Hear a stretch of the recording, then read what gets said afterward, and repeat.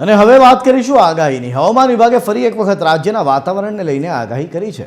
હવામાન વિભાગની આગાહી મુજબ રાજ્યમાં આખા સપ્તાહ સુધી હવામાનમાં કોઈ મોટો બદલાવ આવવાની કોઈ શક્યતા નથી।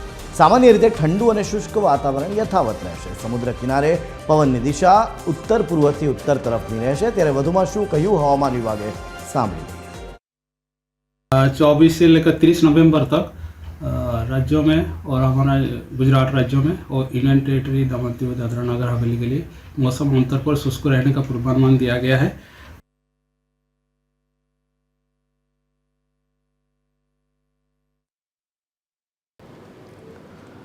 ગાંધીનગર મેડિકલ કોલેજમાં રેગિંગ થયું હતું અને હવે એ મામલે શિક્ષણ મંત્રી પ્રફુલ્લ પાનસેરિયાએ પ્રતિક્રિયા આપી છે। શિક્ષણ વિભાગને ફરિયાદ મળતા જ તપાસ કરાઈ હોવાની વાત તેમણે કરી। સાથે જ કહ્યું કે અધિકારીઓએ સીસીટીવી ફૂટેજ ચેક કરતા હેરાનગતિ સાબિત થઈ હતી। વધુમાં શું કહ્યું, સાંભળીએ।